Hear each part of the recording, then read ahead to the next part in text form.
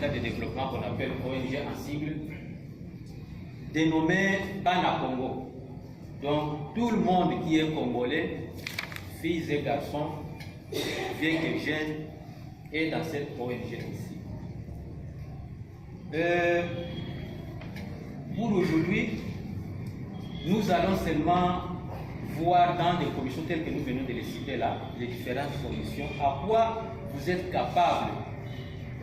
Donc, vous allez vous regrouper dans des commissions, moyennant ces projets de société, vous allez les lire, on va vous accorder une heure pour les lire, les comprendre et réagir par rapport à votre commission. Donc, ces idées ici que vous allez mettre dans votre tête, vous allez réagir par rapport à ce que vous pouvez faire dans les commissions.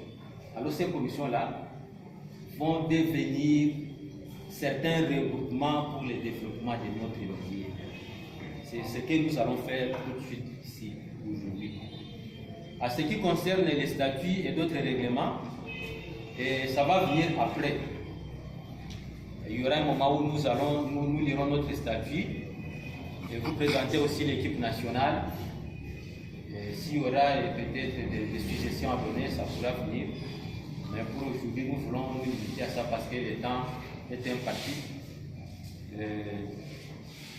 Je ne sais pas s'il y a une petite question avant de passer à la remise de commission, du projet de société.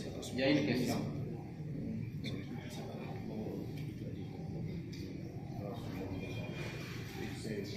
Ça va.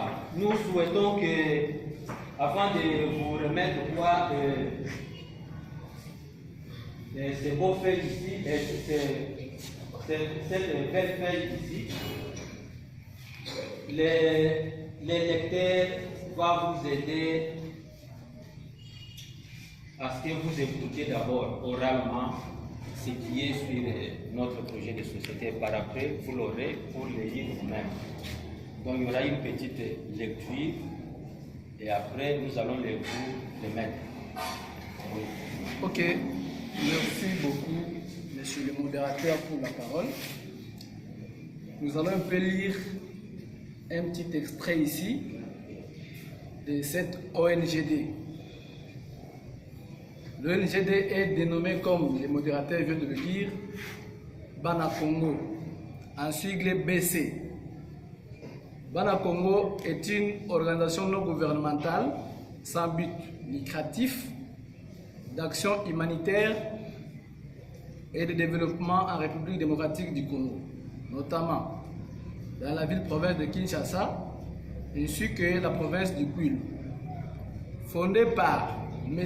Patrick Mouzitou et ses amis, en vue de répondre aux problèmes touchant à l'éducation et à la formation de la jeunesse, ainsi que des enfants en situation difficile, enfants de la rue, enfants abandonnés, orphelins, etc. Dans la ville-province de Kinshasa et celle de la province du Kwilu en particulier. Pourquoi l'éducation? L'éducation est reconnue comme un des prérequis nécessaires et indispensables, voire le plus puissant pour faire la pauvreté soit passée au cavalier, afin que l'homme soit un citoyen responsable, autonome et utile à sa famille, son pays, son continent, ainsi qu'à l'humanité tout entière. Les contraintes à l'accès à l'éducation sont nombreuses. Donc, nous pouvons parler dans les contraintes, ici on voit les barrières. Donc, ceux qui peuvent empêcher facilement l'éducation. Nous avons par exemple ici la pauvreté des familles. Il y a des familles qui sont pauvres, qui sont incapables de scolariser les enfants, d'aider les enfants à évoluer dans le cadre de l'éducation. Il y a plusieurs sens ici, mais nous sommes limités un peu à vous citer quelques aspects ou quelques contraintes à l'éducation. Par exemple, nous avons le frais de scolarité,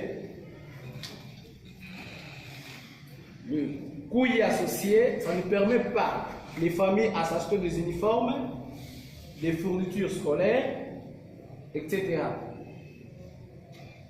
Bon nombre de familles pauvres sont souvent confrontées au dur des choix de pays, les coûts de scolarité ou de scolariser leurs enfants.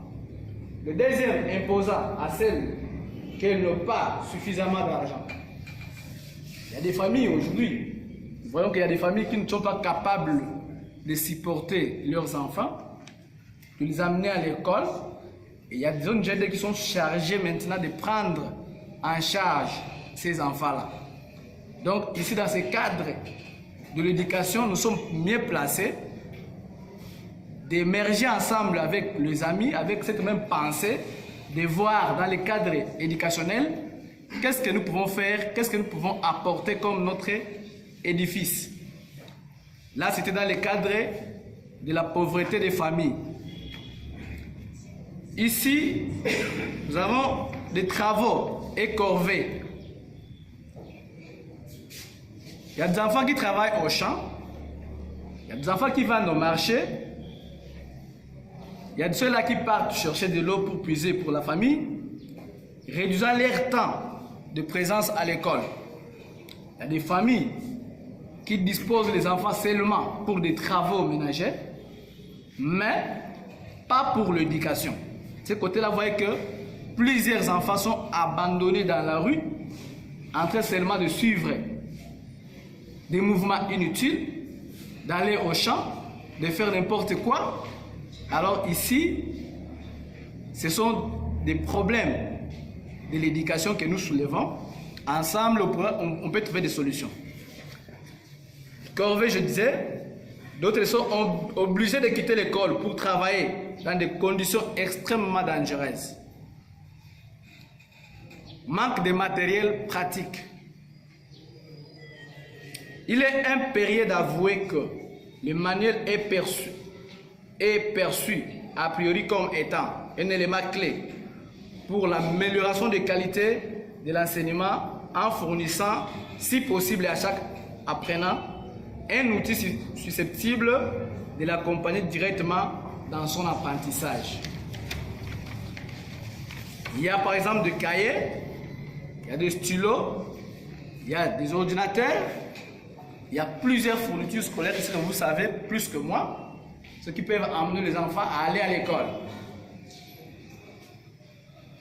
Machines à coudre, pour ceux de la coupe-couture, etc.